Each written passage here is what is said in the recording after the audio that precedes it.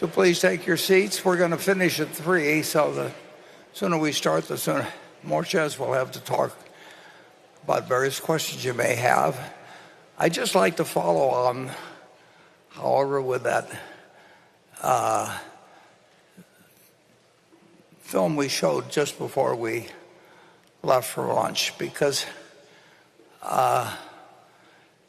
it says something about Berkshire. There are, all kinds of public companies and wealthy public companies and throughout America, and there are certainly cases where in one family somebody has made a very large amount of money and is devoting it to philanthropy, or much of it to philanthropy, such as the Walton family would be the number one thing in Walmart. And certainly Bill did the same thing Bill Gates did the same thing at Microsoft. But what is unusual about Berkshire is that a very significant number of Berkshire shareholders located all over the United States, not just in Omaha, but the number of different Berkshire holders who have contributed $100 million or more to their local charities, usually with people not knowing about it, I think is many multiples of any other public company in the country. It's not more multiples than Bill's put a whole lot into philanthropy,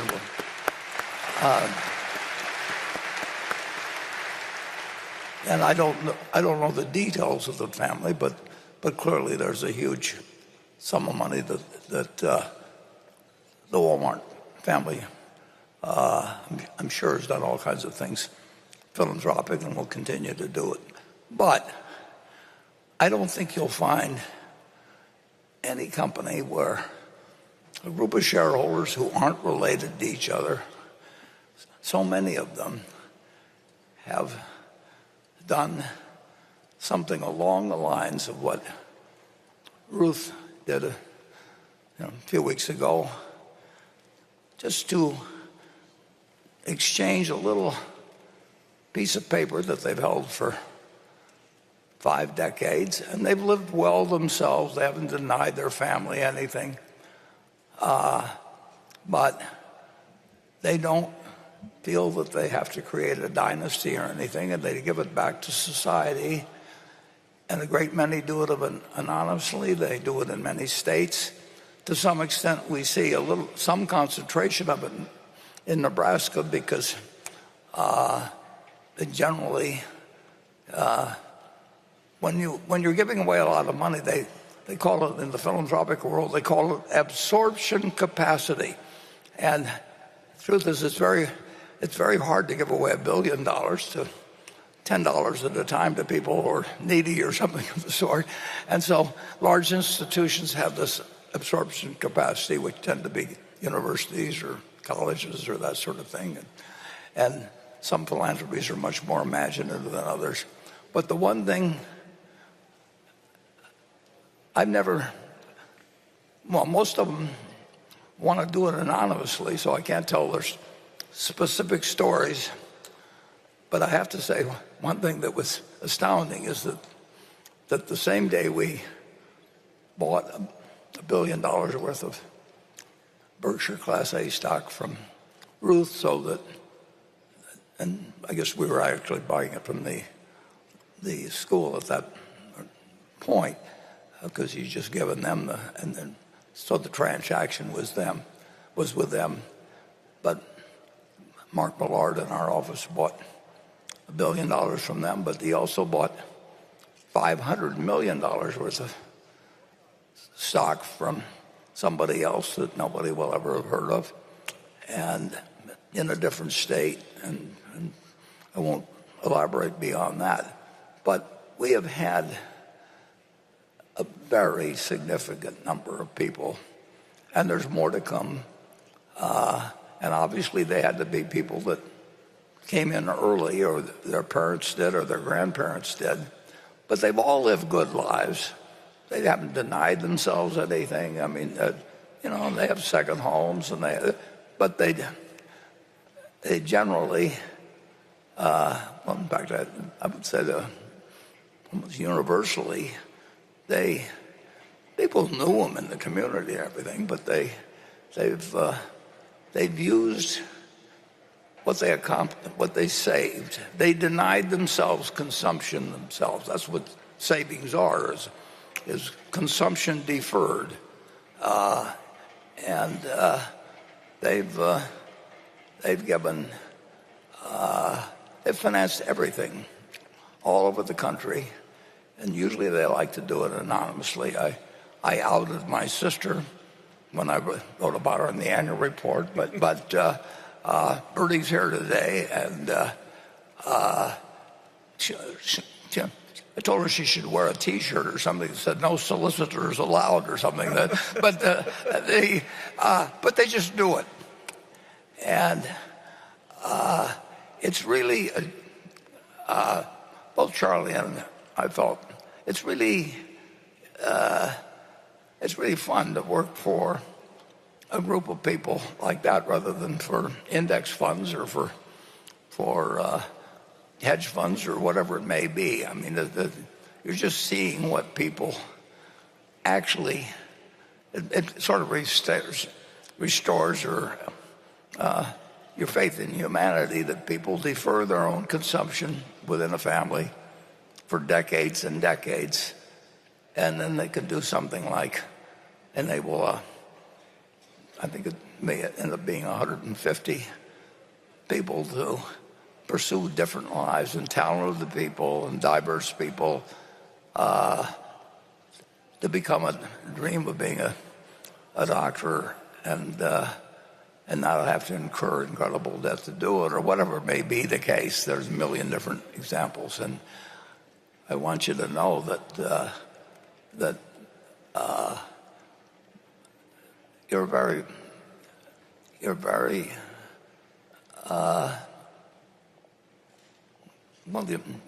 a unique, actually, group of shareholders among public companies, as far as I know, in terms of the way you've deferred your own consumption while living fine to help other people, and it takes a lot of years, but it can really amount to something very substantial. And what Ruth did was, at roughly my age, she looked at a little piece of paper which actually was a claim check on the output of others in the future, and she said, instead of the output being for her, that the output would be for a continuing stream of people for decades and decades and decades to come, that we're having a different life in the pursuit of becoming doctors than they otherwise would have. And Berkshire has been, of course, her husband Sandy contributed substantially to Berkshire's record. Sandy was a wonderful partner to have, so there was both input by him, and then there was deferred consumption by his family, and then there was ultimately this final gift to Albert Einstein. And like I said, the same day, there was only $500 million. It'll go to in a different way, but it's happening all over, and I don't think any companies like that. So I just want to tell you that it's inspiring to work for a group of shareholders.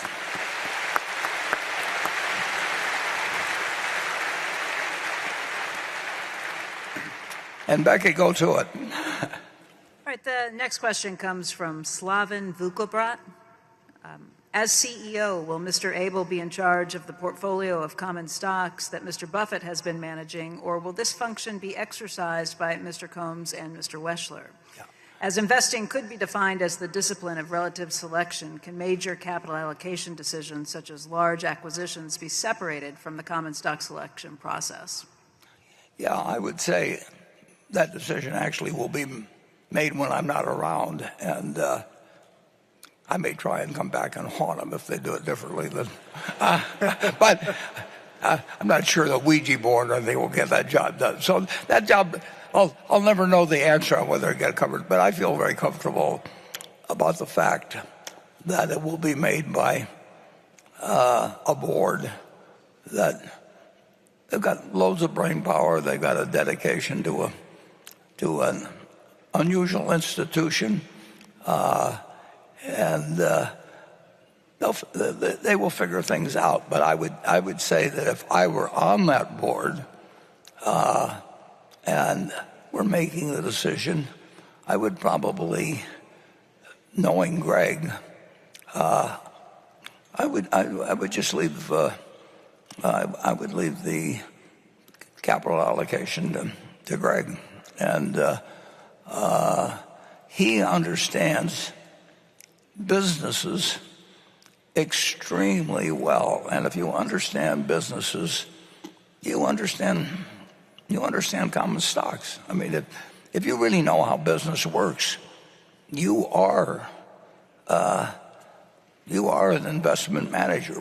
How much you manage, maybe just your own funds or maybe other people. And if you really are primarily interested in getting assets under management, which is where the money is, you don't really have to understand that sort of thing. But that's not the case with Ted or Todd, obviously. But I think the responsibility ought to be entirely with Greg. The responsibility has been with me, and I farmed out some of it. And I used to think differently about how that would be handled, but I think the responsibility should be that of the CEO, and whatever that CEO decides may be helpful in effectuating that responsibility. That's up to him or her to decide at the time they're running the money. But so I would say that my thinking on that has developed to some extent as the sums have grown so large at Berkshire. And we do not want to try and have 200 people around that are managing $1 billion each. It just doesn't work. And I think that when you're handling the sums that we will have, you've got to think very strategically about how to do very big things. And I think Greg is capable of doing that. I think I've missed a lot of stuff in the past, so I'm actually wiser about doing that now. But I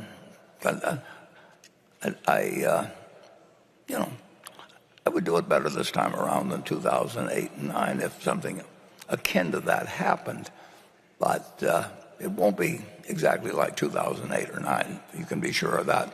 But you also can say that there will be times when having huge sums available extremely quickly, maybe it'll be once every 5 years, maybe it'll probably be more like once every 10 years or something. But as the world gets more sophisticated, complicated, and intertwined, more can go wrong. And there's no sense going through here and exploring the possibilities of the different things that could happen.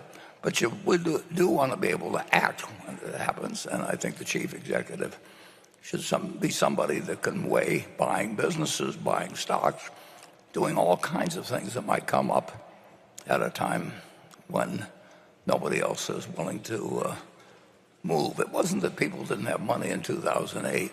It's that they were paralyzed, and we did have the advantage of having some capital and a willingness to an eagerness even to act, and a government that in effect looked at us as an asset instead of a liability. And I think that all of those qualities will be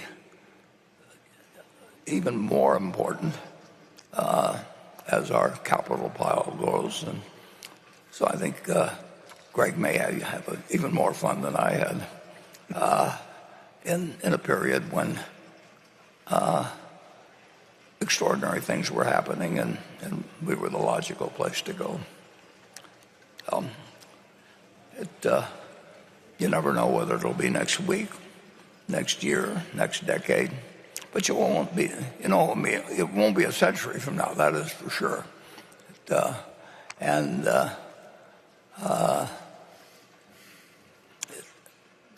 more intertwined and sophisticated the world financial situation gets, the more vulnerable it gets in a certain sense. It solves a lot of small problems, but it leaves it more vulnerable to large problems. Greg, does that bother you at all or not?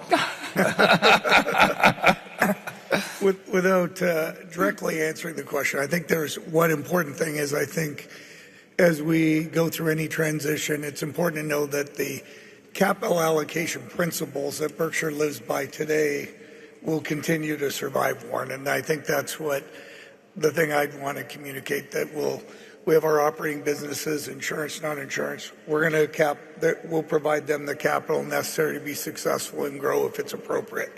Yep. At the same time, we're expecting a return of capital from them when they have excess cash.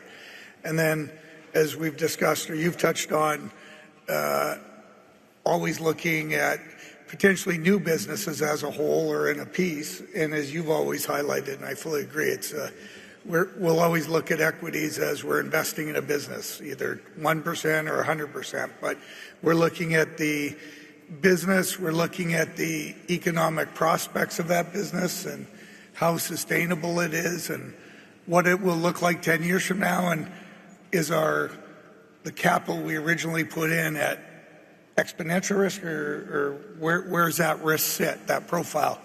And then, of course, and then we'll obviously have our continue to always put excess cash in the safest investment there is in U.S. Treasuries, knowing we want to maintain that fortress of a balance sheet for two reasons. One, to act, but also to always protect our shareholders. If we want to maintain the position Berkshire is in now, realistically, to ensure it endures. Well, when he says that, it makes me wish I'd stayed around to be number 2 instead of number 1 in this process over the years. It doesn't get more fun than what we're doing, and we're better positioned than ever before. We're not positioned, though, however, to earn extraordinary returns versus what American business generally earns. I would hope we could be slightly better, but nobody's going to be dramatically better over the next century. It gets very hard to predict who the winner will be. And if you look back, as we did a few meetings ago, as the top 20 companies in the world that at 10-year intervals, you realize the game isn't quite as easy as it looks. But getting a decent result actually should be reasonably easy if you just don't get talked out of doing what hasn't worked in the past, and don't get carried away with fads, and don't listen to people who have different interests in mind than the interests of our shareholders. Okay, we'll go to station number 1. Hello, Mr. Buffett. My name is Tomo Dröge. I'm from Düsseldorf, Germany. This is my first time out here in Omaha, so thank you for having us here today. So my question is directed to you, Mr. Buffett and Mr. Abel. In 2019, you reportedly made a bid for the IT distribution business, Tech Data, and commented that you understand its role as a middleman. I wonder if you could kindly elaborate on the criteria you look at when evaluating IT distribution businesses like Tech Data and their competitive position. Thank you.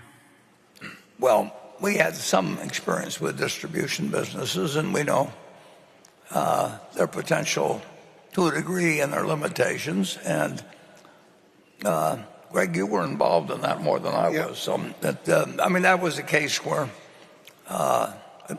there'd been a bid made, and there was a go shop provision, and I think the management probably would have preferred that we buy it. And when we went in with a better bid, the original party raised their bid, and we never make the same offer twice. So, Greg, tell them about it. Yeah. So, absolutely. In 2019, we saw Tech Data as a unique opportunity when we saw the other bid and the underlying value of that distribution business. We did, Warren and I were talking, and others made the conclusion we should talk to management. We talked to the team. They were very interested in Berkshire being their long-term owner. And we still saw good value in the opportunity, and we had a good understanding of distribution businesses. We have TTI. It's not exactly identical to Tech Data in that they're very specific to who their customers are and who they serve and supply and who they purchase from, because on the distribution side, it's important to have that input coming in from folks who want their product and it's needed on the other side, that there's demand for it. And they had an excellent model. If you think of TTI, for example, Warren's talked about Paul many times and the person who founded this business, but it's a unique business in that our revenues on that business is approximately $10 billion. The average part they sell is a little over 9 cents. 95 billion parts go through their warehouse every year. But it's a model that if you have the right people on both sides of the equation and you understand that well, there's a unique opportunity there. And that is something we saw in Tech Data. And as Warren highlighted, we made our bid. Unfortunately, it was then topped by the original bidder, and we moved on. But we thought very highly of it. Yeah, we've probably seen at least 5 of them in aggregate over the last 3 or 4 or 5 years.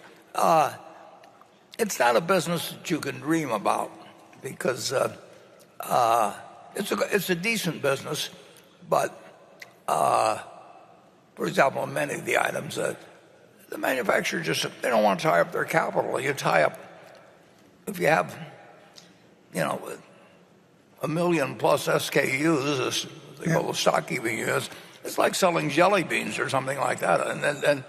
And you're serving a purpose to a degree, but you don't really, it isn't your product in effect of it. Yeah. I mean, you're just a good system for the producer of the equipment to get it to the end user without tying up a lot of capital and being in a business they don't want to be in. And so we understand. But there's no magic to it. There was with TTI, you had a marvelous man running things, and he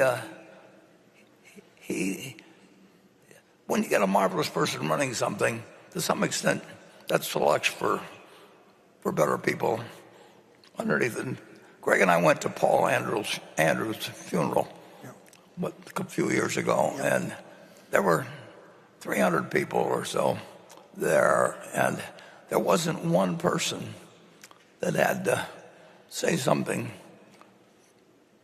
particularly nice, but stretched a little bit about the deceased. I mean, everybody. Paul Andrews was the real McCoy, and he was an amazing man, and he behaved wonderfully with Berkshire. I mean, he wanted to do more for Berkshire than Berkshire would do for him. I mean, it was very simple. And you run into those people, and as I say, you run into people that bend over backwards for us, and then some bend over forwards. But that's just the way it is in this world. And we've had quite a few that have bent over backwards for us. And the distribution business is not a wonderful business, but it is a business, and it's a business that if it's big enough, it's one we would look at and we would buy additional. And TTI makes some smaller acquisitions on its own all the time. I don't even hear about them until I read the quarterly reports. And so we want to build up. We want to build our businesses in every area that we operate, and we've got unlimited capital to do it. So we're willing to have small acquisitions take place if they fit in with something we already have, but we're not in the business of going out after small acquisitions. And if we did, we would. We just don't have the people for it, and it wouldn't move the needle anyway at Berkshire. So we would have been happy doing the deal that the questioner asked about, but if we don't do it, it just doesn't make that much difference. We want to do it. If we do it, we'll do it well. We'll do it right. They'll have made the right decision. If they don't, we will find something else to do with the money in the end. And we can always buy a little more of TTI for you, the shareholders, by just buying in our stock too. Mm-hmm. Exactly. Yeah. Okay. Let's see. We need Becky next, don't we? Yeah, Becky. All right, Warren, earlier you talked about selling some of the Apple shares in order to build up your cash supply, and I think it's had a lot of people wondering where you see opportunities or what might be coming or market valuation. So I'll ask this question from Foster Taylor. At the 1999 annual meeting, you mentioned that if you owned all of America's 500 businesses, you would be making $334 billion while paying $10.5 trillion. You emphasized that this was not a good return on investment. Today, by my math, the S&P 500 has a market capitalization of around $44 trillion with profits of around $1.45 trillion. This is a very similar return on investment to the 1999 levels. Do you see similarities in the market today and the 1999 levels? Well, one thing has changed dramatically from 1990. I misunderstood on the 1999, but there have been times in my life that I've been awash in so many opportunities that I could have invested everything by nightfall. And then there's other times when the year goes, well, not in the early days, but now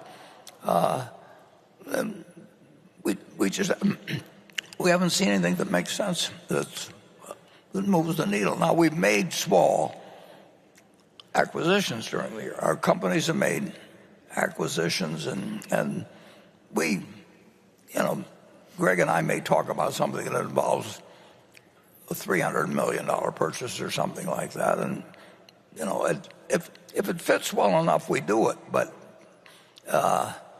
and if our managers see things that fit them, we want to look at them because our managers do not have necessarily the same equations in mind that we do. But there's some managers which we would have just say, whatever you decide to do, and then there's other managers that would not know how to allocate capital particularly, and that they don't have to be able to be great capital allocators if they happen to be great at serving customers and understand their own industry and all of that. They can be great managers. And a good many of them aren't capital allocators, and others are. But this is not a time when the phone is going to be ringing often, but there are times from that, and Greg will know how to handle them as well or better than I have over time. And Charlie and I would, we missed a lot of things, and what we really regretted was missing something that turned out to be very big. We never worried about missing something that we didn't understand. I mean, why should we be able to, predict the future of every business any more than we can predict, what wheat yields are likely to be in Illinois next year. Well, not wheat in Illinois, wheat in Kansas, but corn in Illinois.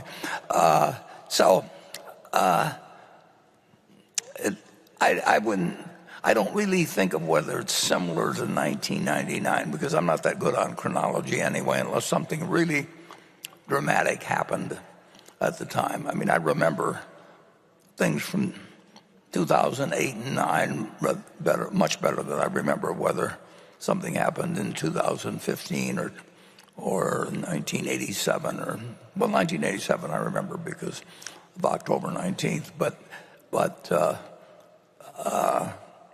I just don't think that way. I just look at what I can do every day. Greg? I'm going to have to use it. Nothing to add. Okay, well, we'll go to station 2.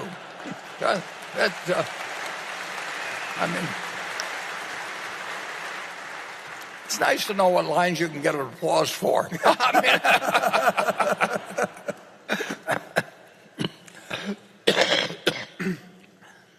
Station 2. Hello. My name is Stefan Uhrenbacher. I am a shareholder from Hamburg, Germany. I've been coming to Omaha since 2007. And I'm deeply grateful for all the things I could learn here, both about investing and about life, in particular creating circumstances that will enable me to lead a productive life during my entire healthy lifespan. So thank you for that. My question to Warren. Your favorite holding period is forever. Holding American Express or Coca-Cola for decades. Berkshire recently went in and out of Markel, and you, I believe, sold and later bought Oxy, which I think happens to everyone all the time. But can you maybe to us give examples of your thought process when you exit positions? Thank you. Well, there are various reasons for exiting positions. One is if you need the money, but that doesn't happen very often with us. But it used to happen on every decision I made when I started, when I was 20 years old, which I considered the post-Graham period, although I actually started in 1942, if you just talk about buying stocks. But in any event, the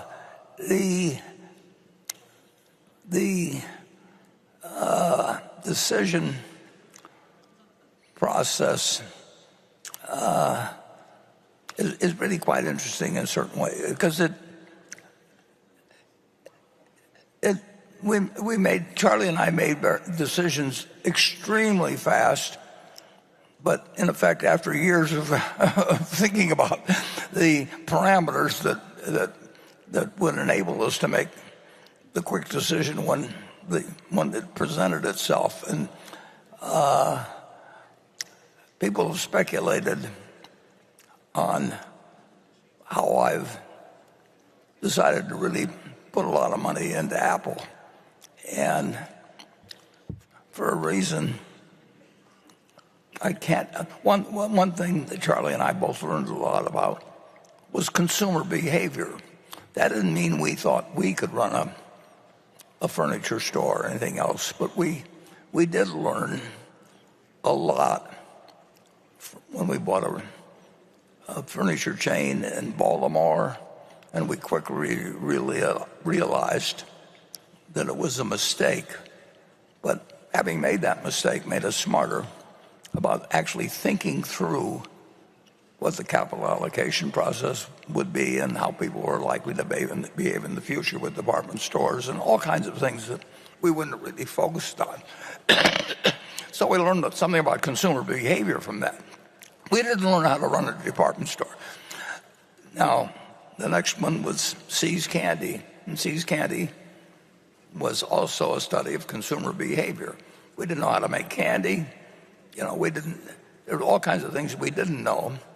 But we've learned more about consumer behavior as we go along. And that sort of background, in a very general way, led up to the study of consumer behavior in terms of Apple's products. And in that case,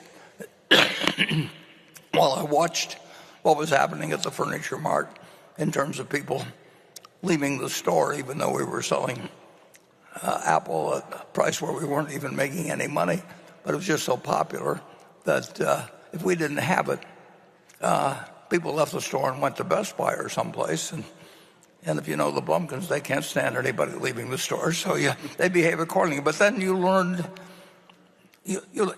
that had to interest you in the brand. And then you had a million different inputs. But I think the psychologists call this apperceptive mass, but there is something that comes along that takes a whole bunch of observations that you've made and knowledge you have, and then crystallizes your thinking into action, big action in the case of Apple. And there actually is something which I don't mean to be mysterious, but I really can't talk about. But it was perfectly legal, everything, I'm sure of that. But it just happened to be something that entered the picture that took all the other observations, and I guess my mind reached what they call apperceptive mass, which I really don't know anything about. But I know the phenomenon when I experience it, and that is. We saw something that I felt was, well, enormously underpriced. Maybe I've used this example before, but if you talk to most people, if they have an iPhone and they have a second car, the second car costs them $30,000 or $35,000, and they were told that they never could have the iPhone again, or they could never have the second car again.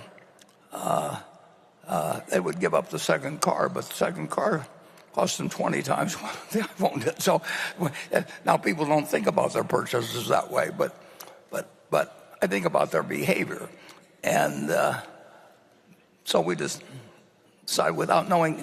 I don't know, have the faintest, there may be some little guy inside the iPhone or something. I have no idea how it works, but I also know what it means. I know what it means to people, and I know how they use it, and I think I know enough about consumer behavior to know that it's one of the great products, maybe the greatest product of all time, and the value it offers is incredible. And I think it has, in Tim Cook, I think it has somebody that, in his own way, is the equivalent of a partner with Steve Jobs, that could do one thing extraordinarily well, and more than one application, but one thing. And Tim was the perfect partner to serve sequentially with him. So it's you sort of know it when you see it. I actually saw it with Geico when I went there in 1950. I didn't know exactly what I was seeing, but Lorimer Davidson on a Saturday in 4 hours taught me enough about what I understood what auto insurance was, and I knew what a car was, and I knew what people went through people's minds. You know, I knew they didn't like to buy it, but I knew they couldn't drive without it. So that was pretty interesting. And then, but he filled in all the blanks in my mind as I sat there on that Saturday afternoon. And you know, every now and then it happens. You know, why do you have this? The person you met, you know, there are all these different potential spouses in the room, and then something happens that you decide that this is the one for you. You know, I think was it Rodgers and Hammerstein that Some Enchanted Evening wrote about that. Well, our idea of an enchanted evening is to come up with a business, Charlie and me, and there is an aspect of knowing a whole lot and having a whole lot of experiences and then seeing something that turns on the light bulb. And that will continue to happen, and I hope it happens a few times to you, but you can't make it happen tomorrow, but you can prepare yourself for it happening tomorrow, and it will happen sometimes. Hey, Warren, Yep. he mentioned Oxy, which I think is a great example. Yeah. Where you made the original decision basically on a weekend with some thought, but as the more you learned about Oxy and the asset position they had, their ability to operate in an exceptional manner, and then a strong CEO around capital allocation, I think your confidence in which was reflected in continuing to acquire more shares is sort of that type of process. It's exactly to the point. I mean, I just learned more as I went along. I learned enough. I'd never, I'd heard of Occidental Petroleum. Occidental Petroleum happens to been a descendant, not a descendant, but it's a continuation of City Service, which was the first stock I bought. And of course, I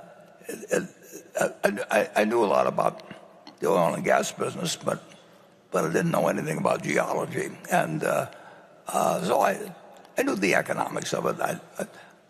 I had a lot of various things stored in my mind about the business, but I never heard of Vicky until, I guess it was a Friday or a Saturday, and we met on Sunday morning and we made a deal. But that was one sort of deal.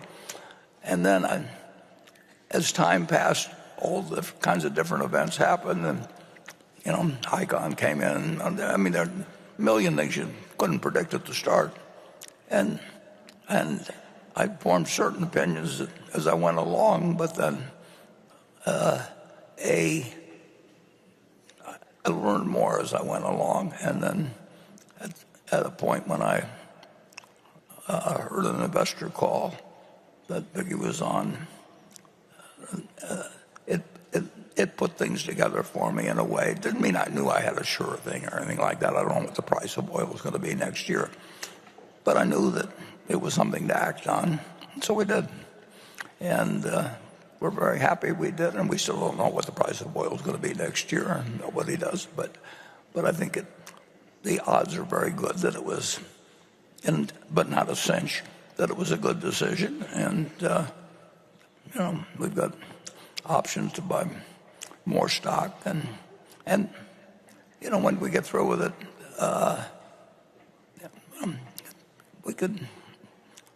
it could be a worthwhile investment for Berkshire, and we're in it, and we're in it for keeps.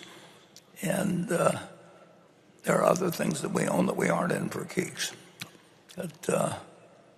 Incidentally, I should just throw this out there since there's been speculation on it. We've sold.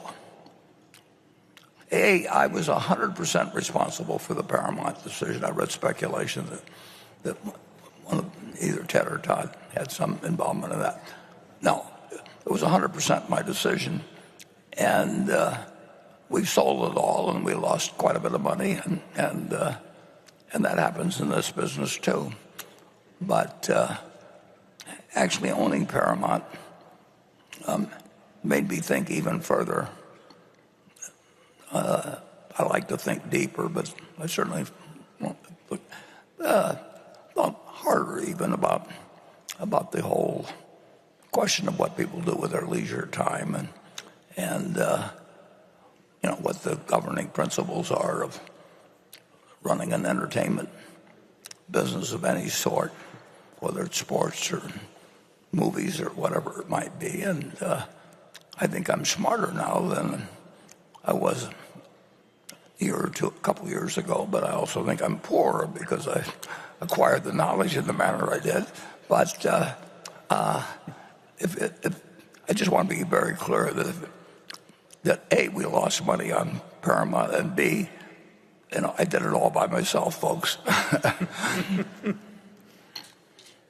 don't know whether I've anticipated one of Becky's questions now, but we will find out. Let's see. No, you're next, Becky. Yep. Yes, you did anticipate one of the questions. Let's go to another one. This question comes from Vincent James in Munich, Germany. In the chairman's letter, Warren points out that the profit margins for BNSF have slipped relative to all 5 other railroads.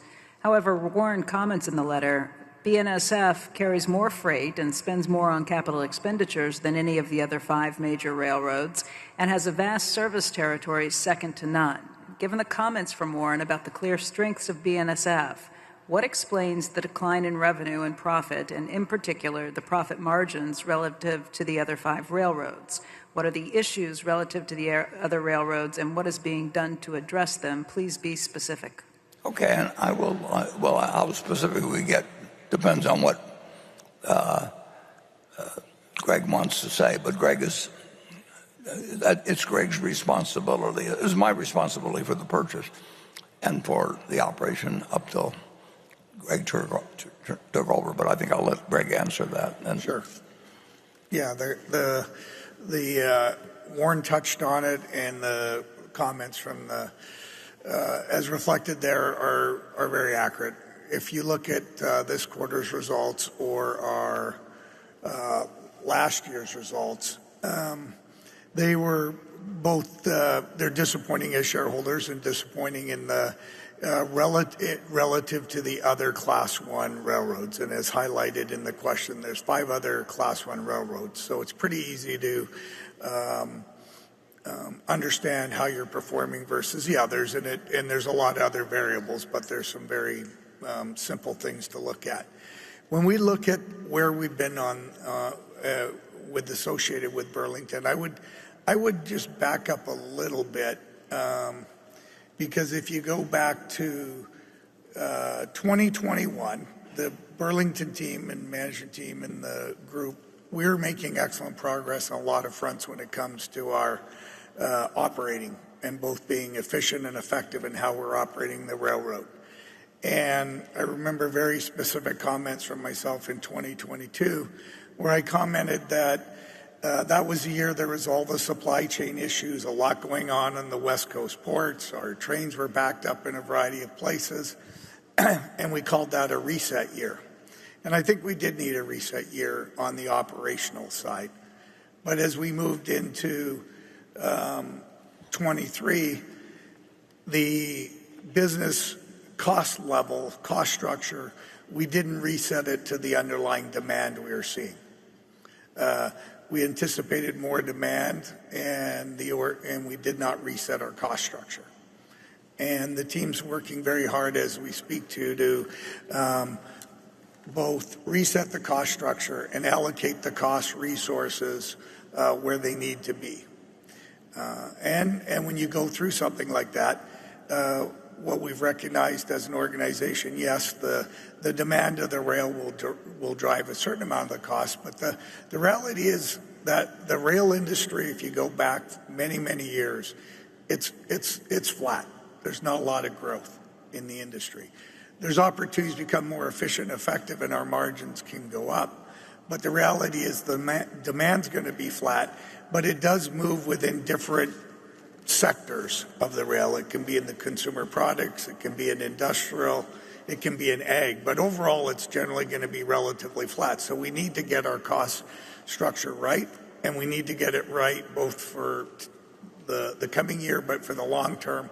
And that means it's going to be a continuous exercise. We can't stop. We can't say we've gotten far enough, because our competitors, and we compete with the other rails, but we also do compete with the truck industry. We have to have a cost structure that allows us to compete both within our rail industry and within the transportation sector as a whole. So the team at Burlington's working very hard to address the cost structure, just like we have in the past. I think one thing we do recognize when the other railroads have implemented precision scheduled railroading, there's other metrics that we have to continue to pay attention to and challenge ourselves. If we're not at their level, what are the things that are driving it? So we're going to, when they ask for specifics, I'll give you a few.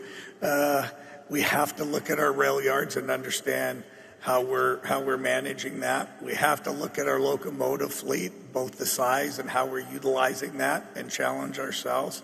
And we have to then go back to how we're using our employee resources and allocating them across the business. So there's a lot to be done there. Our team's 100% committed to driving to the right cost structure that's consistent with the underlying demand in the business.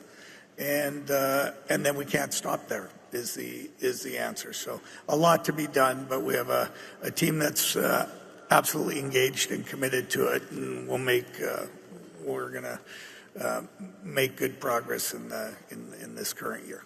At Berkshire, we want everybody to have the idea that there's a lot to be done with every business. It is. They're a fellow named Pete Kiewit built a remarkable company in Omaha, building company, really remarkable. And there's a question after everything they did, that something that was done particularly well, digging a tunnel under the East River or something, when it said it couldn't be done. Yeah. He would say he was pleased but not satisfied. And that is exactly the way we want the attitude to be at Berkshire forever. Omaha is a railroad town. If President Lincoln in 1862, I think it was, had decided to pick St. Joe or Plattsmouth or any place else to build the Transcontinental Railroad, Omaha would probably be a little town of 20,000 or something on the banks of the Missouri. But making, with Lincoln's desire to make this the eastern connection and make a transcontinental railroad, Omaha just took off. So it's been railroading at its base. And anybody that was interested in financial matters had to think about railroads. Plus, they had a certain glamour to them anyway. But the interesting thing is that UP, which is our main competitor, themselves fell way behind 20 or 25 years ago before Jim Young came in. And in 2000, whenever it was, 8 or so, I started buying 3 railroad stocks, and Union Pacific, BNSF, and Norfolk Western, I believe. I don't know why I wasn't buying C&O, but in any event, Jim Young had done a marvelous job with Union Pacific, so we owned all 3 stocks. But what we did in 2009 is we were able, well, we already owned 22% of it, but overall it was $35 million, $1 billion, which was a significant part of our capital. We were able to put it to work in a business we liked, and there's certain tax advantages that come in terms of making money in something that's more than 80% owned, but call it 100% owned in this case, versus making it through stocks. So it has a net benefit to us from making the same amount of money owning one of the other railroads by owning all of the railroads, and we got $35 billion out during a recessionary period. I think that was the worst quarter, the third quarter of 2009, maybe that the rails had had for a long time. So it's worked out. Actually, it's worked out very well, but it's because we were putting out capital in 2008 and 2009, and if we put money in anything, we'd have made a lot of money. But it's more satisfying, and it's actually better in certain ways, tax-wise, to make it from something that's 100% owned than a whole bunch of 5% or 10% owned businesses. We're, as I mentioned in the annual report, railroads are absolutely essential to the country. That doesn't mean they're on the cutting edge of everything. They're just essential to the country, and that's why the government, I think they took them over one time, and they negotiate what our labor settlements will be and everything. And if you shut down the railroads of the country, it would be incredible, the effects. And they would be impossible to construct now. I mean, look at what's happening in California when they're trying to build a line. I mean, everybody's worried about the environmental effect of every mile, and what will happen to the various species of birds. Can you imagine the rail system of the United States being built? It would take decades unless a war was on and the government took over things and just ordered them. You can't create it. So we love owning a business like that. It's going to be around 100 years from now. Won't be the best growth business in the world at all during that period, but it will be essential. And what it earns in its relation to its replacement value is a pittance. But we'll do fine in terms of what we paid for it, and we'll distribute substantial amounts in relation to what we paid to Berkshire in a very tax-efficient way. And so when the question is what are the issues relative to the other railroads, it wouldn't have been the end of the world if we bought the Union Pacific and Jim Young had stayed alive to run it for us. That would have been great too, but we had the opportunity to buy BNSF, and it's been good for them, and it's been good for us, and we think it's a very important asset to the country. And I just hope we can find something in other industries where it makes as much sense as that, where we can put a whole bunch of money to work at an advantageous time. So let's go on to Station 3. Is that correct or not? Yep. Okay. Good afternoon, Mr. Buffett, Mr. Abel. My name is Sirapop Wu, a resident of New Zealand, but originally from Thailand. This is my first time in America and the first time attending the meeting. The journey was quite rough, but it was all worth it, though, because I can now personally thank you, Mr. Buffett, and the late Charlie Munger, were he still with us, for organizing such a wonderful event, and most importantly, for being such an exceptional role models and sharing your wisdom with us all these years. So thank you. Well, thank you for coming. So here's my question for you, Mr. Buffett. Towards the end of 2018, you mentioned that you guarantee you could make a 50% annual return if you had to start again with under $1 million. The question is, if tomorrow you woke up in the body of your body. 20-year-old American. Your body. But that's fine. And your name was now Warren a la carte. And you had some money to invest on a full-time basis. What method or methods would you use to achieve that return? Would it involve flipping through 20,000 pages of Moody's manual or similar publications? Yep. Or finding, to find cigarettes? Or would it be hunting for great companies at a fair price as Mr. Munger would? Or would it be a combination of both with opportunity cost serving as the final arbiter of which method to use, given that your investing opportunity has now broadened significantly? Thank you. Khop khun krap. Good question. I'm glad you came. And the answer would be, in my particular case, it would be going through the 20,000 pages. And since we were talking about railroads, I went through the Moody's Transportation Manual a couple of times. That was 1,500 or 2,000 pages, or probably 1,500 pages. And I found all kinds of interesting things when I was 50 or when I was 20 or 21. And I don't imagine there's anybody here that knows about the Green Bay and Western Railroad Company, but there were hundreds and hundreds of railroad companies, and I like to read about every one of them.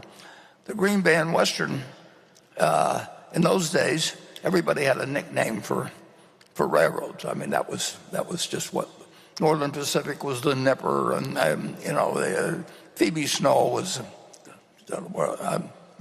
one of them in the east that used to go up to Cornell, and the Green Band Western was known as grab baggage and walk, and GB&W, and they had a bond that was actually the common stock, and they had a common stock that was actually a bond, and that could lead to unusual things, but they wouldn't lead to unusual things that would work for you with many millions of dollars. But if you collected a whole bunch of those, which I set out to do, and actually that's what impressed Charlie when I first met him, because I knew all the details of all these little companies on the West Coast that he thought I would never have heard of. But I knew about the Los Angeles Athletic Club or whatever it might be, and he thought he was the only one that knew about that, and that became an instant point of connection. So, to answer your question, I don't know what the equivalent of Moody's manuals or anything would be now, but I would try and know everything about everything small, and I would find something, and with $1 million you could earn 50% a year. But you have to be in love with the subject. You can't just be in love with the money. You really got to just find it like essentially like, people find other things in other fields because they just love looking for it. A biologist looks for something because they want to find something. And that's built into. I don't know how the human brain works that much, and I don't think anybody understands too well how the human brain works. But there's different people that just find it exciting to expand their knowledge in a given area. I know great bridge players. I know great chess players. Actually, Kasparov came to Omaha and met Mrs. B. I've had the luck of meeting a lot of people that are unbelievably smart in their own arena and do some unbelievably dumb things in other areas. So all I know is the human brain is complicated, but it does its best when you find out what your brain is really suited for, and then you just pound the hell out of it from that point. And that's what I would be doing if I had a small amount of money and I wanted to make 50% a year. But I also wanted to just play the game, and you can't do it if you don't find the game of interest, whether it's bridge or whatever it may be, chess, or in this case, finding securities that are undervalued. But it sounds to me like you're on the right track. I mean, anybody that'll come all the way to this annual meeting has got something in their mind other than bridge or chess. So I'm glad you came, and come again next year. And now we move.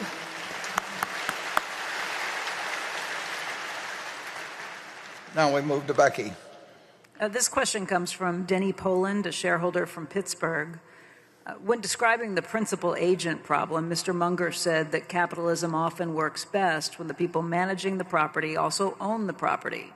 In recent years, agents of pension funds and asset management firms who do not have significant personal ownership stakes in Berkshire have forwarded proposals that were not in the economic interest of shareholders. What can be done to limit the negative influence of these agents in the decades after you're no longer able to cast significant votes against them?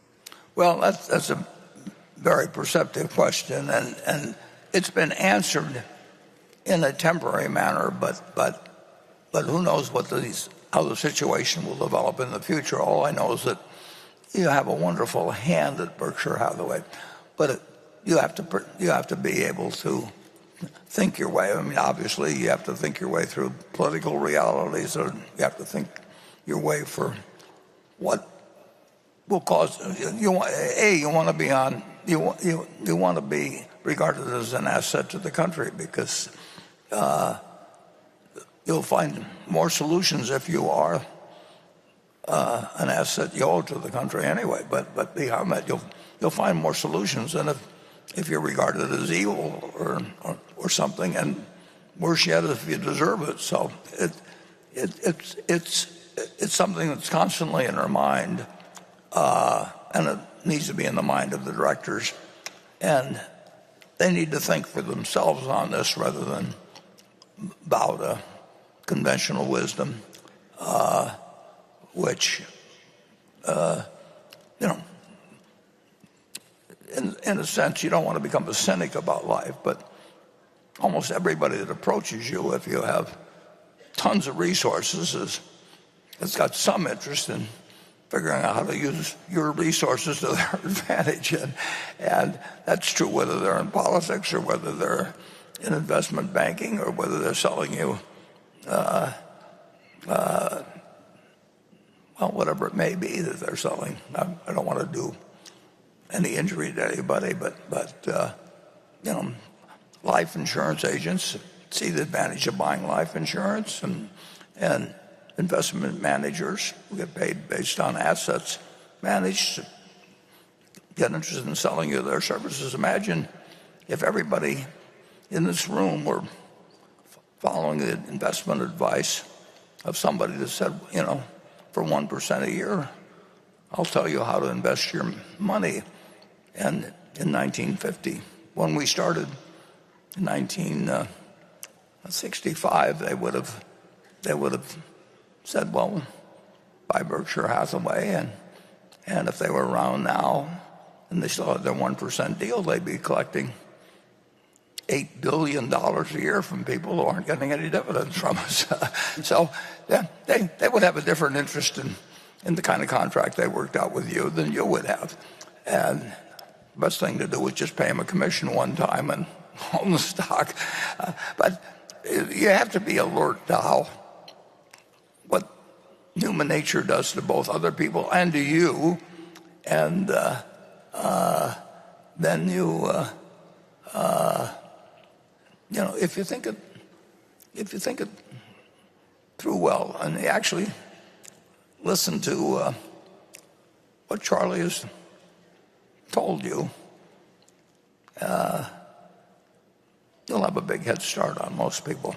Charlie, there's one thing that I should mention that really is terribly interesting about Charlie.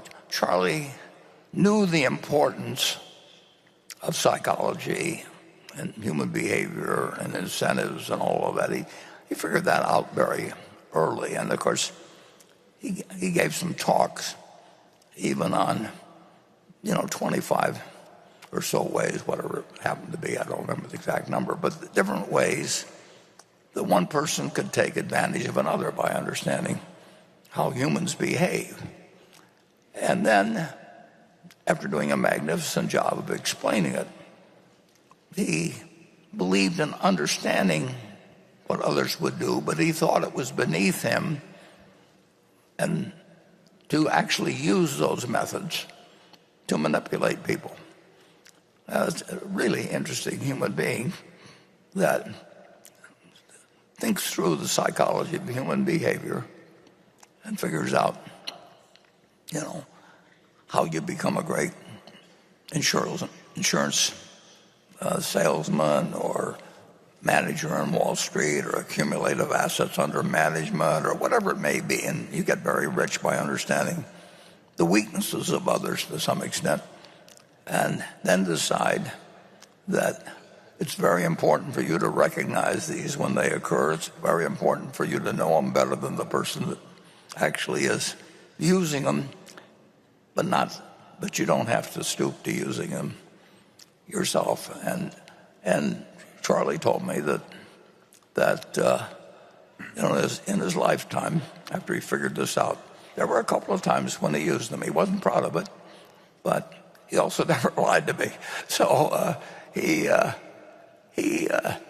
explained to me that there were a couple of times when he used some of these techniques, but he didn't plan on using them anymore. But he also wanted me to know that if I ever did something like that, I wasn't really behaving terribly. That he allowed for the fact that humans may misbehave. So I'm sure that I behaved somewhat better before my marriage than I did afterwards in my enthusiasm for different activities like dancing or something.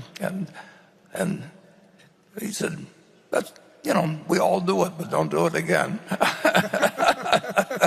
And so that's part of acquiring human wisdom. And speaking of human wisdom, we've just got that one book out there by Charlie. Poor Charlie's Almanac, and that's worth reading 3 or 4 times. I think I read Ben Graham's book about 5 or 6 times, and each time I read it, I realized that I just needed to think a little more deeply about certain things. They weren't complicated or anything, but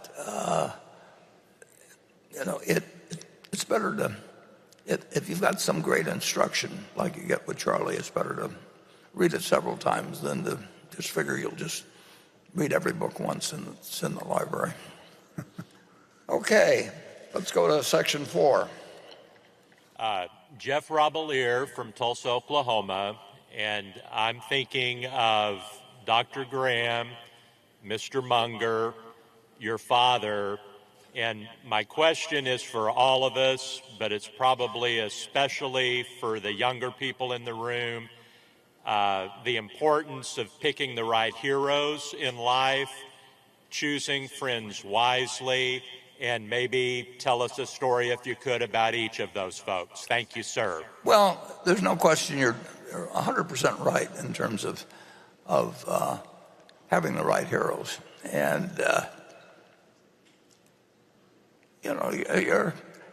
you're lucky if you get them. I mean, Charlie had them, I had them. And the interesting thing, my sister is here today, my younger sister that with the 2 survivors, and we both experienced having the same hero, even though as we grew older, we saw that we didn't agree with plenty of his ideas, but we did agree with his values and motivation. And that's a better lesson than having somebody that's reading to you from a catechism that has got a lot of rules in it, which are pretty good rules, but there's a special place for somebody that is going to continue loving you, even if you break some of the rules. And that's what Charlie had in his life, was what Bernie and I had in our life. So I would just repeat what you said. I don't need to give you a bunch of, when I ran away from home, I'll give you a specific example with me. When I ran away from home and we hitchhiked up to Hershey, Pennsylvania, and got picked up by the state police and everything, and I talked these other 2 guys into it. And we lied like crazy to the state police, saying we had our parents' permission. Some kid at the place where we stayed had tipped them off that we'd run away from home, and we started, like I said, when the state police picked us up, we decided that 2 things, we decided to tell them a bunch of lies about the fact we had our parents' permission, and we decided we better get out of Hershey because these cops were going to find out sooner or later. And so anyway, we ended up back in Washington after a couple of days. And when I walked in the door, one of the boys' mother, and this other kid was the Congressman Roger Bell, and his mother was in the hospital over this whole thing. He'd taken out his cash in his savings bonds, and so she was sick, and Judge Bell, her husband, was all concerned and everything. And I walked in the door in Washington, and my mother said, "How come you came back so soon?" And my father said, he said, I know you can do better. And I just paid more attention to my father than my mother. And so you want to have the right heroes, and you don't have to have them. It's not the heroes based on what they've accomplished, and it's the people that you want to be yourself. And if you copy the right people, you're off to a great start. And I don't mean a great start about making money. I mean a great start about living your life. So you can check with my sister Bertie, who's here, and see if I've told the story correctly. She ran away from home too, incidentally, but she didn't get as far as I got. But she was running away to go over to my grandfather's house, which was about 2 miles away. But I don't want to denigrate her runaway abilities, because she is much more accomplished than I am in all kinds of other things. But when it comes to running away, I definitely outclassed her. Okay, let's go to Becky. This question comes from Vedant Sharma in India. Warren, you and Charlie have often said that you were able to identify the people you want to go into business with and have had an exceptional record in that. However, in the case of Pilot, we noticed that the final stake purchase ended up in a dispute and had a sense of smart accounting, to put it one way, to squeeze a little more out from the deal than was deserved by the seller. Knowing well that this has been settled out of court and needs due confidentiality, I would like your views on some of the lessons learned that may be beneficial for future deals to watch for and for coming leadership to look out for as well. Well, I'll make 2 comments on it. That a couple of the directors had their doubts about going in, and in any event, Pilot is working out well for us. And as my friend Sam Butler one time said to me, and he was talking in general about certain kinds of situations, but he said, well, Warren, he said, all's well that ends. And that's where we are. So we'll go to station 5.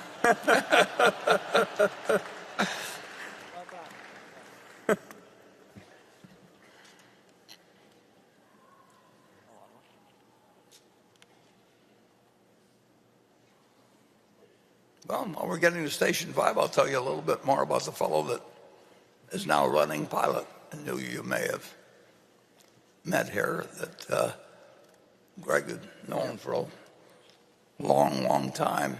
And he grew up in Omaha and came from a poor family and was raised by his mother. Right. And went to the same high school, public high school, that my wife went to, North High. Went to University of Omaha. Set an all-time record in rushing yardage, playing there. He was a bouncer. Yes. Drafted by the New York Giants, as I remember. But, exactly. Yeah, and but then injured, actually in spring training, as I remember, in some way. And so he ended up being an intern, not an intern, but a trainee, you might say, for Mid-American before I was there.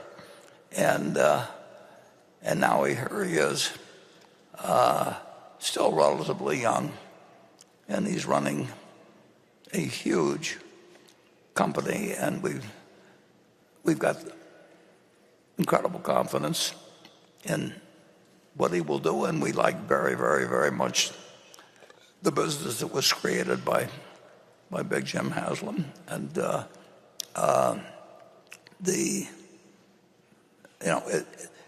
it really is almost an only an American type story, but it does show you what somebody with some real stuff and with a mother that believes in them, and with bad breaks along the way. I mean, imagine how you'd feel if you were drafted by the New York Giants and then you suffered some injury in spring training or something. I mean, you spend your life, it hurts.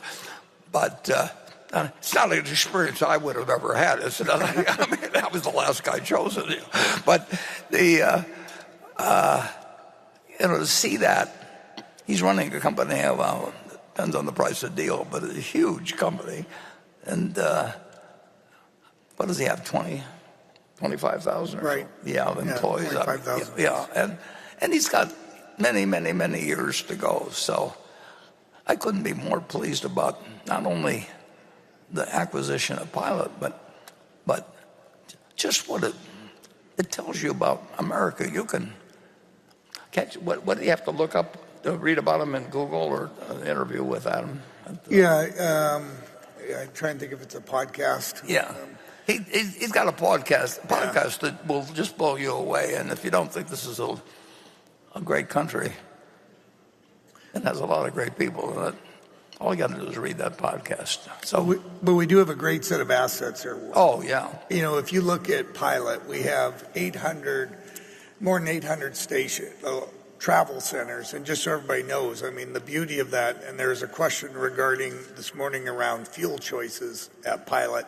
And the exciting thing is, in the end, Pilot's going to serve whatever fuel our customers need. It can be electric, it can be renewable diesel, it can be diesel, or any of the various sustainable fuels. But the point is, it has exceptional locations that are on the interstate highways. And hundreds of them. Hundreds of them. And we bought an incredible franchise, and now we have a great leadership team in both Adam and his team that's around him. So we're pleased where that opportunity will go. Yeah, we've got probably the average one might be 10 or 12 acres or something like that, zone commercial on interstates throughout the whole United States. I mean, it who knows, but what was created there is amazing too. You had a fellow that played at University of Tennessee, and undefeated, and came away from this football team, and you'd think, well, another football player, maybe he goes out and there may be some intermediate parts in the story, a little bit, but he buys a gas station and he turns it into something that is huge. So we're really delighted with it, and it's another kind of only in America story. And how many of us can become an all-American, number one ranked team, let alone start a business that goes on to these sort of heights? So we feel very good about it. Becky? No, I think they're ready for 5 now. Oh, I'm sorry. He's up there now. He's ready to go. Okay, go to it. Hello, Mr. Buffett. My name is Zhang Yabo. I came from micro city, Hainan, China. So I want to express my sincere gratitude for you, for the extraordinary value you generated for shareholders, and the positive influences you've had on younger generation of investors like us. And my question relates to the concept of maximizing the duration of compounding. As individuals age, the quality of compounding inevitably diminishes. What are your secrets in maintaining your sharp mind, extraordinary judgment, and great physical condition? We wish you well. Thank you. Well, you don't know me well, but that's I like. Just keep talking. I mean,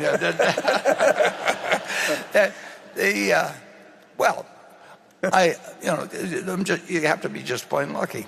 I mean, there's no question about it that there's 100 or 1,000, multiply a number of times that some drunk could have pulled out of a car and broadsided me, or just all the bad luck that you can have in life. And you can say that my great skill has been avoiding bad luck, but that isn't a skill, that's luck, or bad activities. And then to get to be, I would not have been if you'd taken my high school class and you say, a couple of you are going to live to be 90, men are going to live to be 93.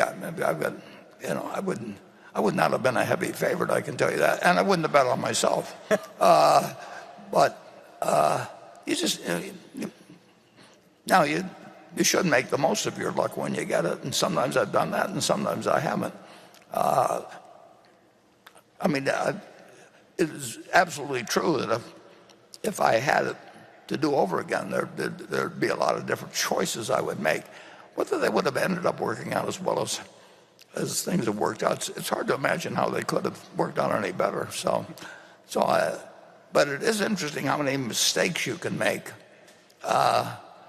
if you just keep going. And Charlie, we used to talk about that you just soldier through. You just keep going.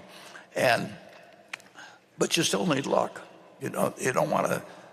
Anybody that says I did it all myself is just kidding. I mean, they're delusional. And actually live in a country where the life expectancy is pretty darn good. So that alone is a huge plus. I was born. If I'd been born, my sister's here, and she was born female, and she's just as smart as I was and everything. But even my own family, who really did, well, particularly my dad, love us all equally, and in a terrific manner. But he still told me that this is 10 or, well, I was born 10 years after the 19th Amendment was passed, but he basically told my sisters, that marry young while you still have your looks, and he told me that the world, that power in you is new in nature, and that you really could do anything. Well, I found there were a lot of things I couldn't do, but the message given to females and males was incredibly different by the most well-meaning and loving of parents. Like I say, in 1930, I mean, it had been that way for millions of years. It changed quite dramatically, but obviously not completely. But during my lifetime, but it's been during the latter half of my lifetime. If you take my sisters, if they'd been born even 5 or 10 years later, they still would have been, getting instructions when they went away to college to be sure and get married, or get arranged so that you're going to be married, while you're in school, because after you get out, all the good ones are taken. Bertie was telling me that was a message that basically had been imparted to a lot of the women she had met, obviously. And so it really, it's extraordinary how much progress we've made, but it's unbelievable how long it took to get it made. I mean, it really does make you wonder about, we've got all these heroes from American history and all the wonderful things they did, but how could they say all men are created equal and then write a constitution that women, allowed women not to be able to own property, and depending on the state, I mean, just terrible conditions. But anyway, that's how you learn about what the humans can do.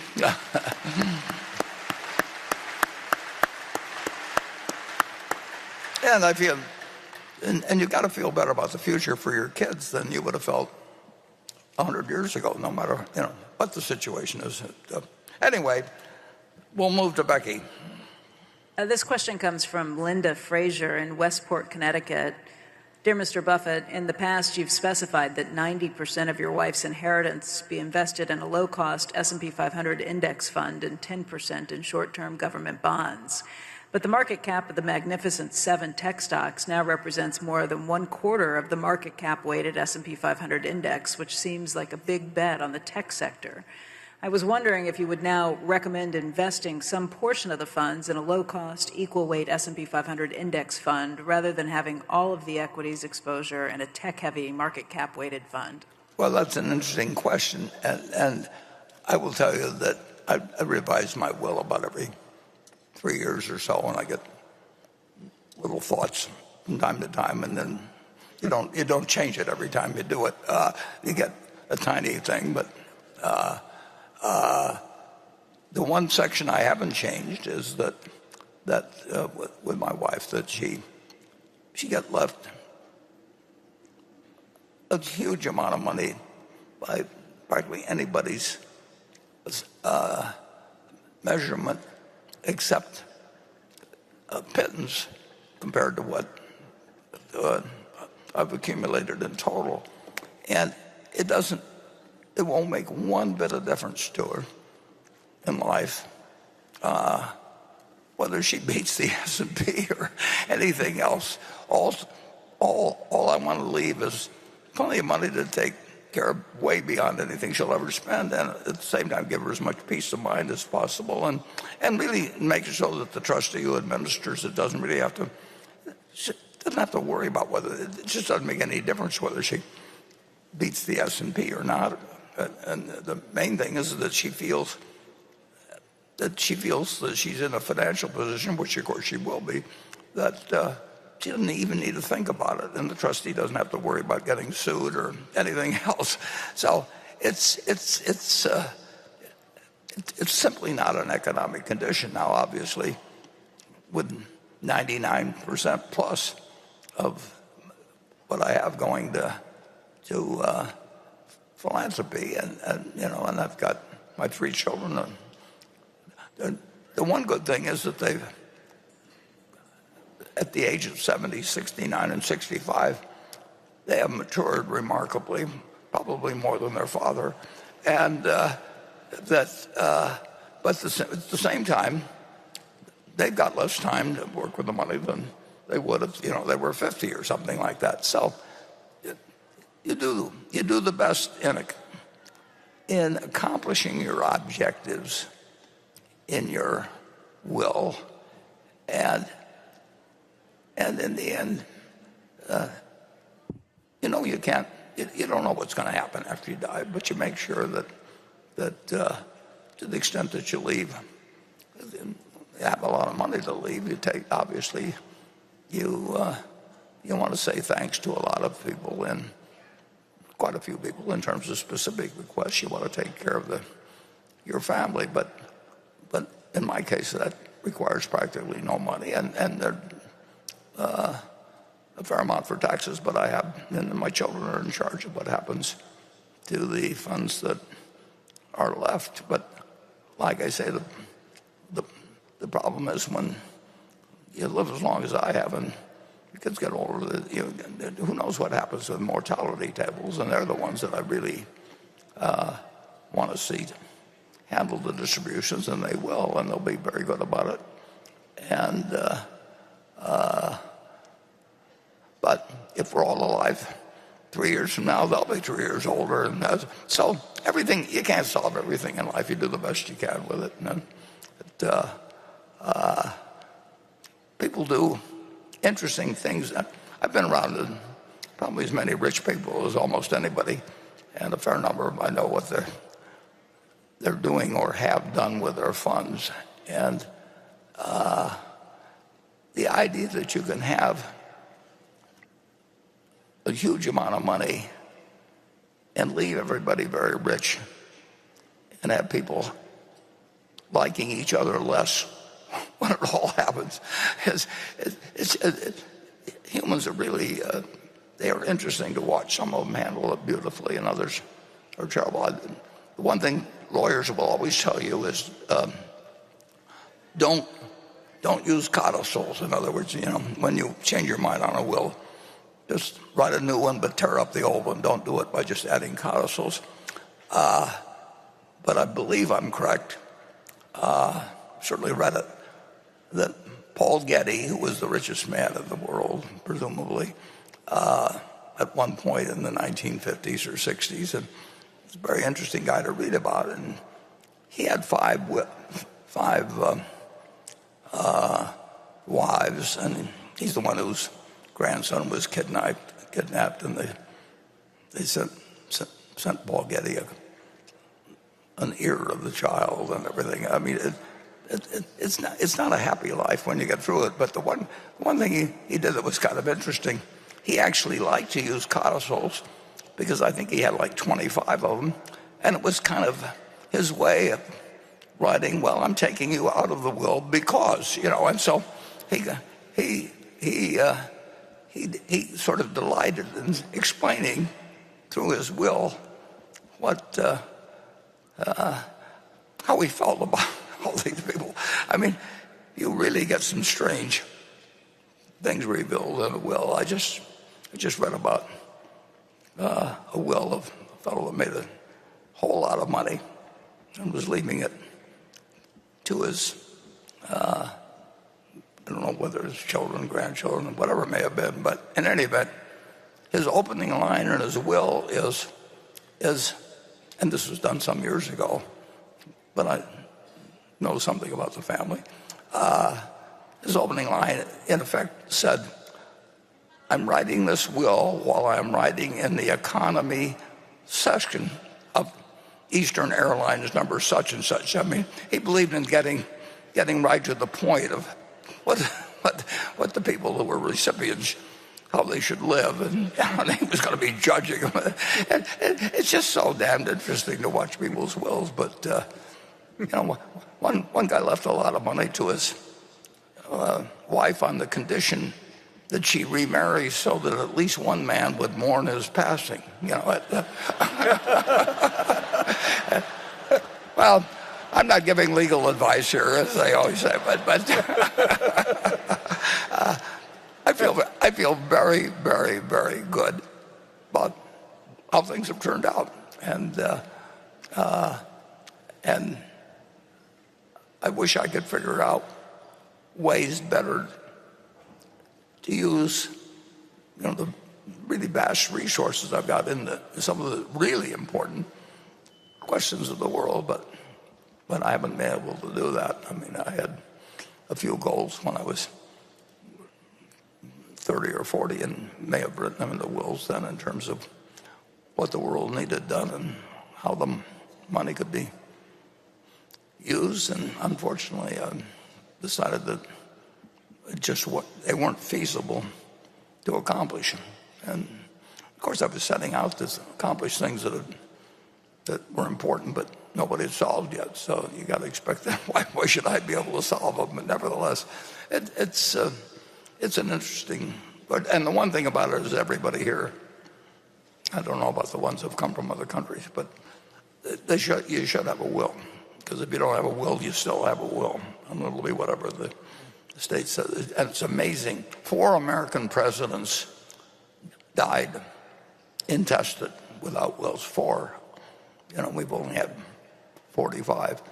And imagine becoming president of the United States and not having a will. But you can look up somebody recent. I think Lincoln. I'm certain Lincoln was one of the 4. And here's a man. I mean, I don't know what you can always say. Well, he didn't get around to it, but that's hard to imagine that why Abraham Lincoln would have died intestate. I'm sure we've got some Lincoln scholars out there that will write me after this and explain why. But I'll be interested to receive their letters. But human beings are human beings, and we all have weaknesses and peculiarities and everything else. And don't be too hard on yourself because you have some of those. But don't be totally forgiving either. You can change the future. You can't change the past, but you can't change the future. Okay, station 6. Good afternoon. My name is Caroline, and I'm a lawyer in San Diego. I'm please already don't in hold trouble. that against me.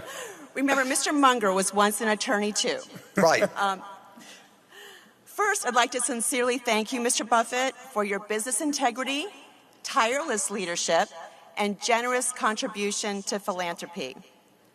My question for the distinguished panel of 2 is, now that the AI genie is out of the bottle, as someone astutely put it earlier today, what business in Berkshire Hathaway may be most at risk with AI? Well, that's a wonderful question. The problem is I really don't know anything about AI, but obviously, anything that's labor intensive and that it can create an enormous amount of leisure time.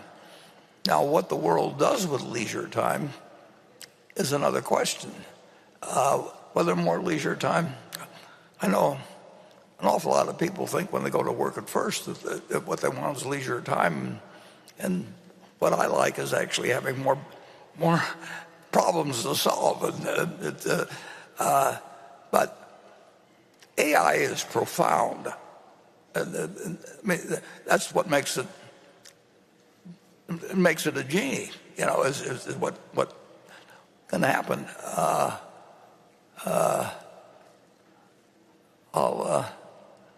I could tell a few genie jokes, but I better not.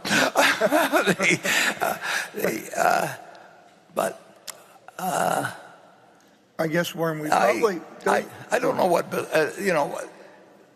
in terms of our businesses, they'll figure things out. I mean, we've got smart people, and it's obviously, if it's used in a pro-social way, it's got terrific benefits to society. But I don't know how you make sure that that's what happens any more than I know how to be sure that when you use two atomic bombs in World War II, that you knew that you hadn't created something that could destroy the world later on. Yeah, I think when we think of AI at a lot of the business units, I mean, we're truly, Warren, trying to think, how does it make us more efficient, more effective? I mean, it results in more idle time, and we're probably not thinking of the iterative AI where we're looking at very specific processes where our people can implement it, and either at times it displaces the labor, but then hopefully there's other opportunities for them within the business. But I think, when you think of all our businesses, I mean, we do have a heavy labor workforce in a lot of them, but I think at the stage we're at as a company and maybe where it's at right now, it's really around how do we do things more effective, more efficiently, more safely if it involves dangerous processes. So we're early innings. John Maynard Keynes was just wonderful to read, and incredible mind. But in around the time I was born, he wrote a book about what could happen. I don't know whether it was in the next 100 years or whatever, and he predicted correctly that output per capita would grow at this incredible rate that it has. But in terms of speculating as what people would do with that, I mean, this guy was unbelievably smart, but it hasn't developed exactly the way he predicted. He was right about what was going to go into the equation, but he didn't have it figured out exactly what would be the result. So it is really, well, we didn't know when we were developing the bomb that there would probably be, very soon, 9 countries, 3 of whom we should worry about plenty that will have what they have, but we didn't really have any choice. And you could have had all kinds of papers written on it and everything else, but we were going to do it anyway. We needed to do it. And if you haven't read it, it's fascinating to go to Google and read the letter by Leo Szilard and Albert Einstein to President Roosevelt, written about a month before, almost exactly a month before Germany or Hitler moved into Poland. And it laid out, well, Leo Szilard knew what was going to happen, or had a good hunch of what was going to happen in terms of nuclear bomb development, and he couldn't get through to Roosevelt, but he knew that a letter signed by Albert Einstein would. So it's probably the most important letter ever written, and you can read it, which is just fascinating to me. But that started the Manhattan Project. That started, it's just everything flowed out of it. And like, I'll bet anything that Roosevelt didn't understand it, but he understood that Albert Einstein just sent a letter, and he probably knew what he was talking about, and he better start the Manhattan Project. It's just unbelievable what happens in this world. Anyway, let's move on to Becky, I guess, is next, right? Yep. Randy Jeffs from Irvine, California. The March 25th, 2024 Wall Street Journal reported that the Treasury market is about six-fold larger than before the 2008-2009 crisis. Do you think that at some point in time, the world market will no longer be able to absorb all of the U.S. debt being offered?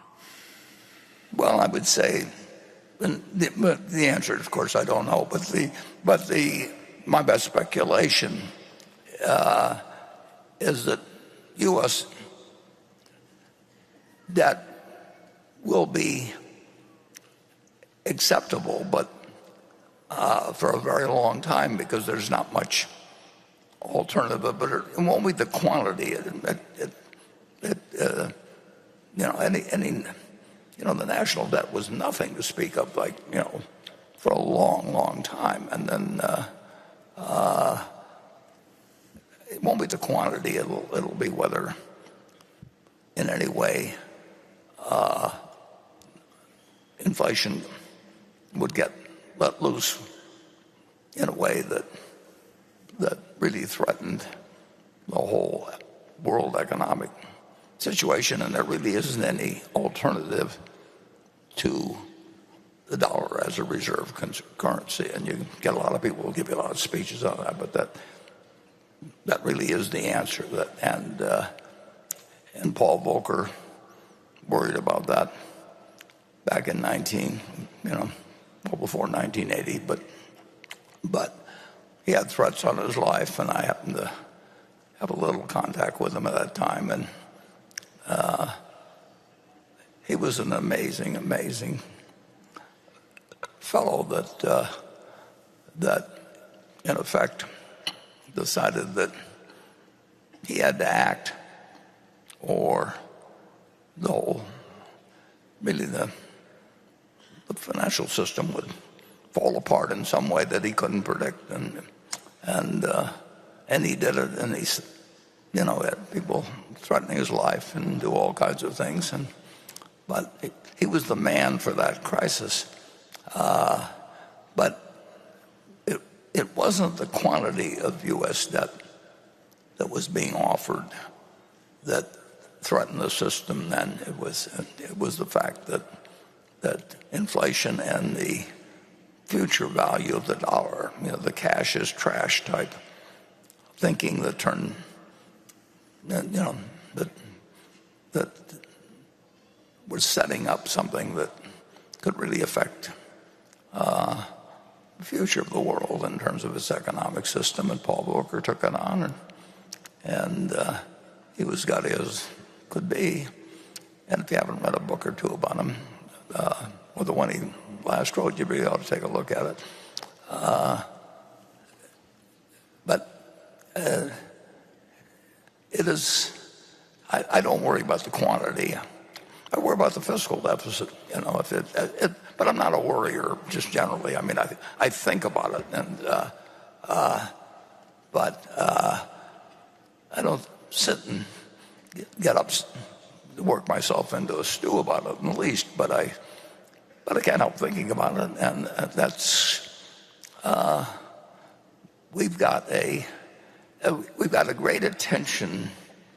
It's interesting, and I think the media enters into this, and the focuses on the Fed, and they just love it because things are always happening, and economists are always saying what's going to happen with the Fed and everything else. But the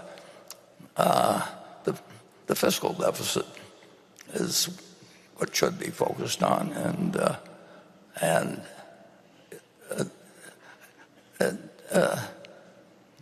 Jay Powell is not only a great human being, but he's a very, very wise man. But he doesn't control fiscal policy, and every now and then he sends out a kind of a disguised plea for please pay attention to this, because that's where the trouble will be, if we have it. Yeah. As one of the comics used to say, there was a stand-up comic who used to say, "Who have I forgotten to offend?" after his talk. And I always feel like that after these meetings, but we've got time for at least one question and maybe two. But let's go to station 7. Hello, my name is Dennis from Gifhorn, Germany. I'm my first time here. I'm here with my friend who would, by the way, love to invite you to dinner. You talked about the importance of heroes, and we are very happy to and thankful that we have you as our hero with great values, and thank you for that, first of all. My question is, it is clear that you achieved great success in life. Earlier you talked about every investment having opportunity cost. From what I've learned in life, that does not only apply to investing your money, but also to investing your time. Right. And every hour you spend in your office is an hour you cannot spend with your spouse or children. With the life experience you have now, if you had the possibility to start all over again, would you set your priorities any different? If yes, how and why? And what's the best way to invite you to dinner?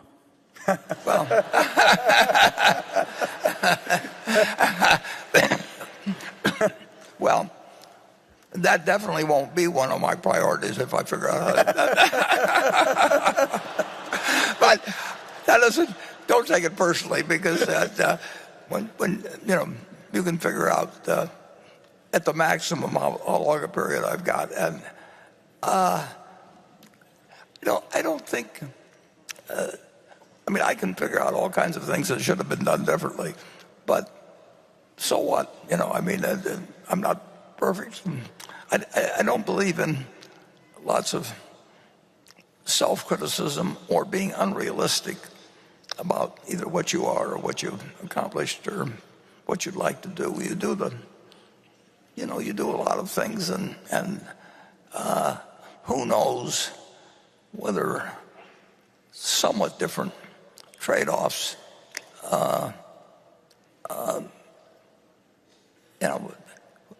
you just can't. You don't know what the paths would have led. I don't think there's any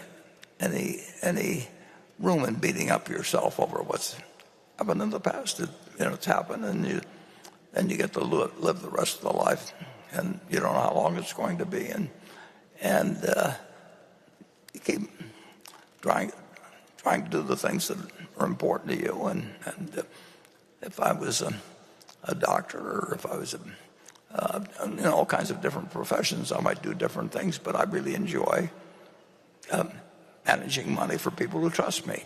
I don't have any reason to do it for financial reasons. I'm not running a hedge fund or getting an override on or anything, but I just like the feeling of being trusted. Charlie felt the same way. That's a good way to feel in life, and it continues to be a good feeling. So I'm not really looking to change much. If I'm very lucky, I get to play it out for 6 or 7 years, and it could end tomorrow. But that's true of everybody, although the equation isn't exactly the same. But I don't believe in beating yourself up, though, over anything you've done in the past, and I don't believe in. Well, I believe in trying to find, what you're good at, what you enjoy, and then I think the one thing that you can aspire to be, and because this can be done by anybody, and it's amazing, doesn't have anything to do with money, but you can be kind. You can be kind if you're, and then the world's better off.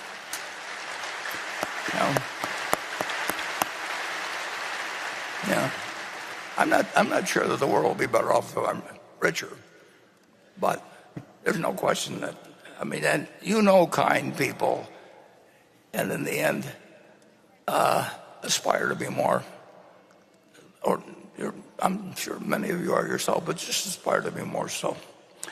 And I guess we can take one more question from Becky, and then we wind up. This question comes from Devin Spurgeon. On March 4th, Charlie's will was filed with the County of Los Angeles.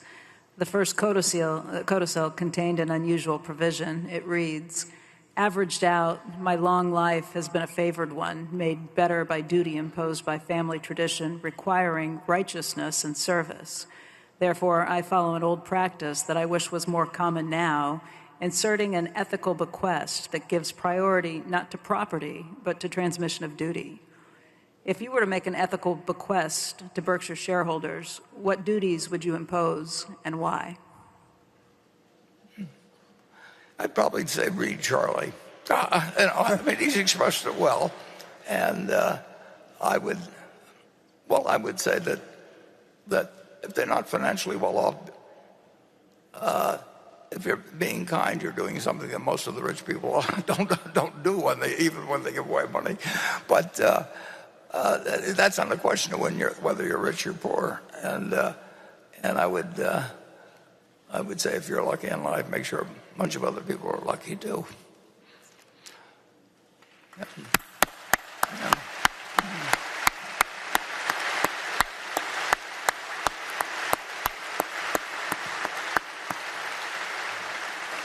Okay.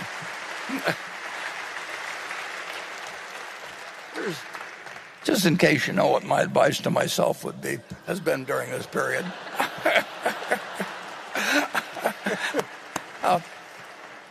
So we only got 3 questions or whatever it is. But thank you very, very much for coming. And I not only hope that you come next year, but I hope I come next year.